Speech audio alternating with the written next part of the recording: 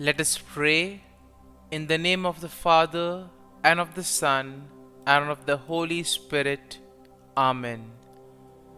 O Jesus, through the Immaculate Heart of Mary, I offer you my prayers, works, joys, and sufferings on this day for all the intentions of your Sacred Heart, in union with the holy sacrifice of the Mass throughout the world, in reparation for my sins, for the intentions of all my relatives and friends, and in particular for the intentions of the Holy Father.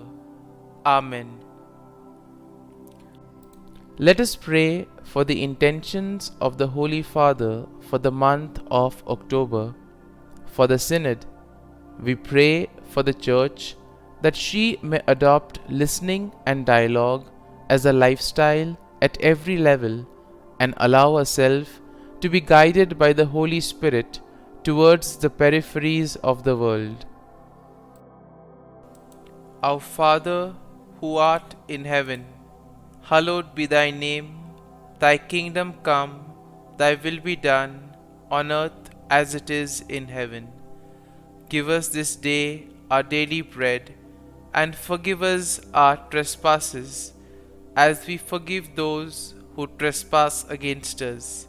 And lead us not into temptation, but deliver us from evil.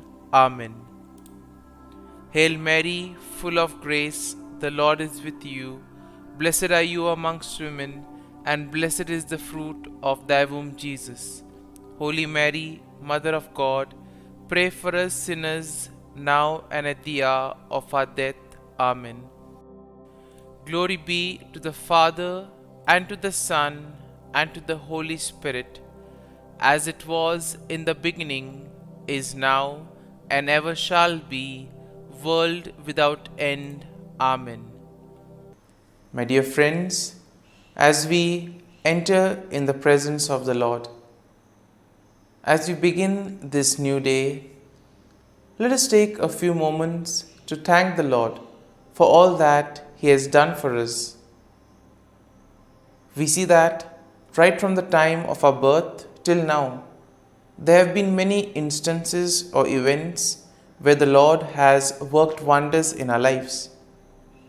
He has guided us, He has protected us, He has shown us the way, helped us to overcome challenges and difficulties. And in this way, we can identify Him guiding us all through our lives. But there are occasions wherein we find it difficult to recognize His presence among us. We find it difficult to identify the blessings and the graces. And here we see that it is in these occasions that we need to specially ask the Lord to give us the grace that we may be able to identify those graces, those blessings in our lives. And therefore we see that the first thing to do is to be grateful to the Lord for all that He has done. And therefore, as we begin today's morning prayer, let us begin on this note of gratitude. Let us ask the Lord to help us identify His presence in our lives. And therefore, let us begin by thanking the Lord for all the things that He has done for us. Lord, we thank You for the gift of life. We thank You for giving us talents, opportunities, and various gifts that enable us to become better persons, and also that enable us to reach out to others and make a difference in the lives of others. Lord, we also want to thank You for the gift of our family members, friends, relatives, near and dear ones, and all those who play a very important role in our lives. We see that it is these people who have been instrumental in making us who we are. They are the ones who have devoted their time, energy, and effort, and as a result of it, they have molded us and they have made us better individuals. So today, Lord, in a very special way, we ask you to bless all their endeavors and give them all the graces that they may require in life. We also thank you, Lord, for giving us the gift of this day, a day that would help us in many ways to appreciate the good things that you have done for us, a day wherein we may complete some thing that was left behind, or a day that may present to us various challenges. Whatever be the situation, Lord, we ask you to be with us and guide us. Allow us to be led by you. Lord, we also thank you for the opportunities, for the experiences that you have given us in life. There have been many experiences wherein we have enjoyed, and these are the experiences that we want to cherish in life. But at the same time, there have also been those experiences and those moments wherein we have found it difficult to accept them. These are the experiences that have been learning experiences. They have taught us a lot in life. Though they may have been hard, bitter, but still they have given us a valuable lesson. They have made us stronger. And therefore, Lord, we also thank you for those moments which have helped us to become strong, which have helped us to become better individuals. And Lord, we also thank you for giving us opportunities to reach out to others, to make use of our talents. And thus, Lord, we ask you to be with us, guide us throughout this day. Lord, allow us to be led by you, so that whatever we do, our actions, our words, may reflect your love, joy, and mercy to the world around us. Help us to become your instruments, so that you may work in and through us. And therefore now, my dear friends, let us all close our eyes at this moment and let us praise the Lord that He has woken us up in this morning. We thank Him for the good health that He has given us, for the good night's rest. We thank Him for keeping us safe and sound, for protecting us from all danger, from all harm. He has kept us in His love, and at every moment we see that His gaze is upon us. He never abandons us. He is always there, guiding us, protecting us, showing us the right path. He loves us. And for all this, let us praise Him, let us thank Him, and let us glorify Him. Lord, as we offer you this day, we ask you that you be with us. Help us to make the right decisions. Help us to do the right things, so that we too may become worthy instruments, that we may be worthy workers in your vineyard. And therefore, my dear friends, let this day be a day of joy and blessings in the name of our Lord Jesus Christ. And today, in a very special way, we shall reflect on Psalm 62. As usual, we shall have a general overview of the psalm, and then we shall take a look at some of the important verses in detail. Now we see that Psalm 62 is a psalm of trust, and once again it is attributed to David. It emphasizes the importance of finding true rest and security in God alone.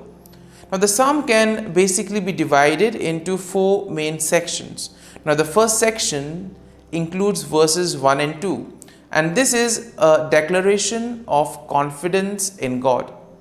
In the second section, which spans from verses 3 to 4, we see a critique of human power and trust in worldly things. So basically what happens when we place our trust in the things of the world?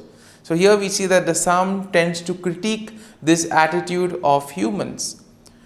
The third section is a reaffirmation of trust in God's steadfast love, and this we will find in verses 5 to 8.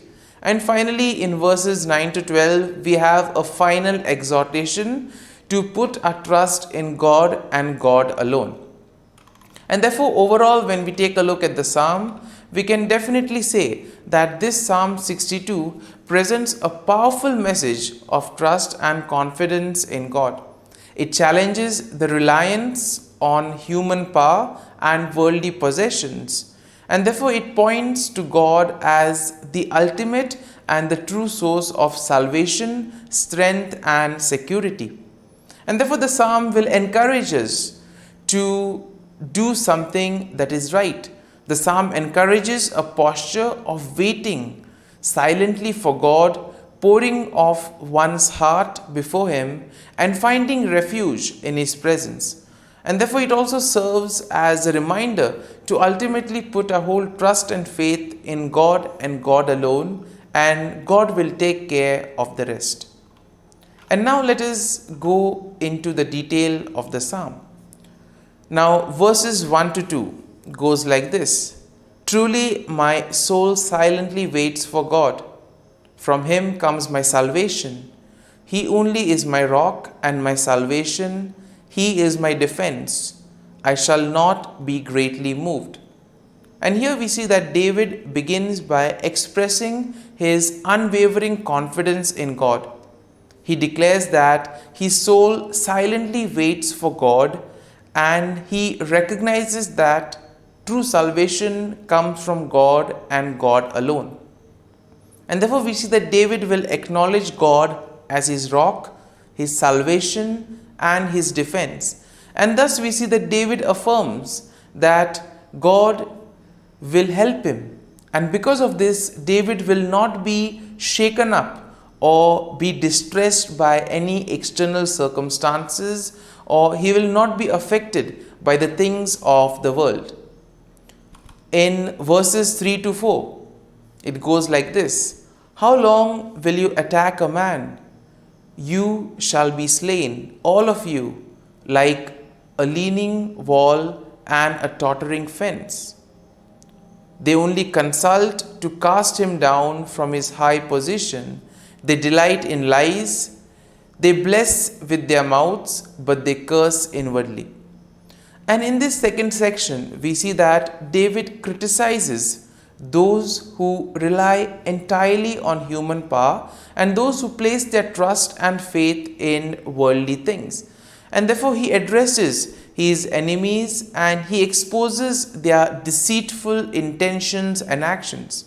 In this way, we see that David points out their hypocrisy and he warns them of the impending destruction if they continue on this same path. And we see that he uses quite a powerful imagery, comparing them to a leaning wall and a tottering fence, something that will eventually come crashing down. Now in verses 5 to 8 go like this: My soul waits silently for God alone, for my expectation is from Him. He only is my rock and my salvation. He is my defense. I shall not be moved, because in God is my salvation and my glory, the rock of my strength, and my refuge is in God. Trust in Him at all times, you people. Pour out your heart before Him. God is a refuge for us. Once again, we see that the image of the rock is quite strong here for David. Rock as a shelter, rock as something that will protect, that will preserve from harm. And therefore, we see that David reaffirms his trust in God's steadfast love and faithfulness. And therefore, he encourages himself and others to wait silently for God alone, recognizing the true salvation, glory, and strength come from God alone. And therefore, David calls for complete trust in God at all times, emphasizing the importance of pouring out one's heart before God, telling God everything, whatever is happening within us. And then in the final section, verses 9 to 12 go like this: Surely men of low degree are a vapor, Men of high degree are a lie. If they are weighed on scales, they are altogether lighter than vapor. Do not trust in oppression, nor vainly hope in robbery. If riches increase, do not set your heart on them. God has spoken once, hence twice I have heard this, that power belongs to God. And here we see that in this final section, David will exhort his people to put their trust in God alone rather than in human power and wealth. And therefore, he highlights the fleeting nature of human accomplishments and the importance of setting one's heart on worldly things.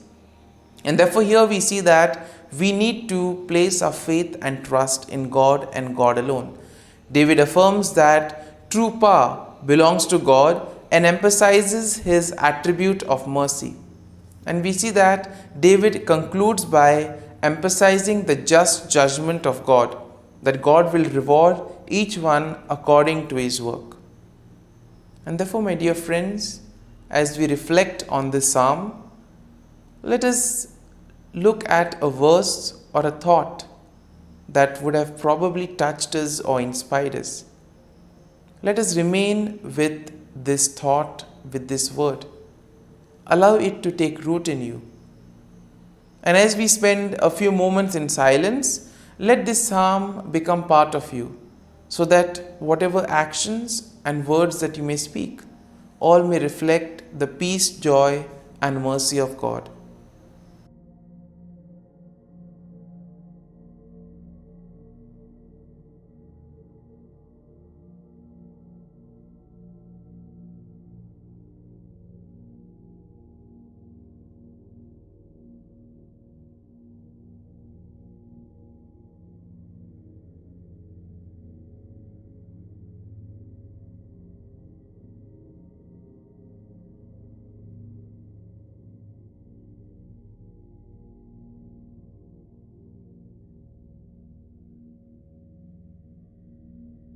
Prayer to Saint Michael the Archangel for protection. Saint Michael the Archangel, defend us in battle.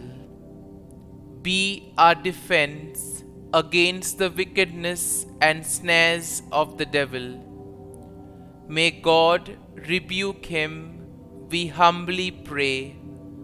And do thou, O Prince of the heavenly hosts, by the power of God, thrust into hell Satan and all the evil spirits who prowl about the world, seeking the ruin of souls. Amen. Act of Adoration. O Sacrament most holy, O Sacrament divine, all praise and all thanksgiving be every moment thine. Saint Gertrude Prayer for souls in purgatory. Eternal Father, I offer Thee the most precious blood of Thy divine Son, Jesus, in union with the masses said throughout the world today, for all the holy souls in purgatory, for sinners everywhere, for sinners in the universal church, those in my own home and within my family. Amen. May the divine assistance remain always with us, and may the souls of the faithful departed through the mercy of God rest in peace. Amen. Glory be to the Father, and to the Son, and to the Holy Spirit, as it was in the beginning, is now, and ever shall be, world without end. Amen.